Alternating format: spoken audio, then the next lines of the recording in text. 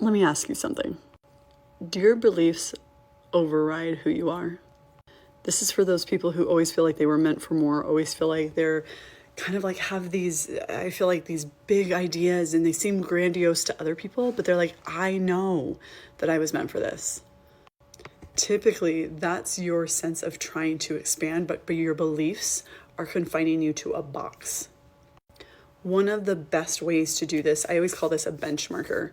I know other people call it some different things, but I always find somebody that, again, it has to be realistic. It can't be, again, if I have a hard time keeping hold of $100 in my bank account, it's going to be really hard for my subconscious to grasp and feel around what $1 million in my bank account would be like. So you got to start a little bit more realistic. So starting again with this money, but this can be anything. Instead of saying, okay, I want to be able to have $1,000. You need to be able to find somebody that you can benchmark that does that frequently and easily. It could be within your immediate circle. This could be somebody that you see here on TikTok. I notice it's really, really great for those of you who are entrepreneurs and maybe use TikTok or social media for advertising and business and things. Start to look at your circle, and instead of saying, ooh, like, how does she even have that, blah, blah, blah, looking at, that is so cool that she has that. That means that it's possible for me. Because if you're not able, if you keep trying different things and it's always like, Willow just looked at me. She's like, what sound are you making? You need to be able to see and feel into it realistically. So those people around you, you start to be like, oh, well, if this is close to me, that means it's possible for me. This is also why it's kind of important in who you surround yourself with.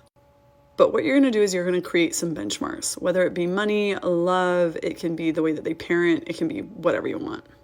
And you can start to find things that you admire, things that you like, and you can start to segment, like maybe you don't want, we'll use the example of money. Maybe somebody you know makes the amount of money you want, but they don't necessarily have the family life that you want, or they work too many hours.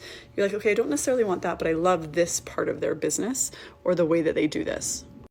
Setting a benchmark helps make it a little bit more tangible for your subconscious to track and hang on to.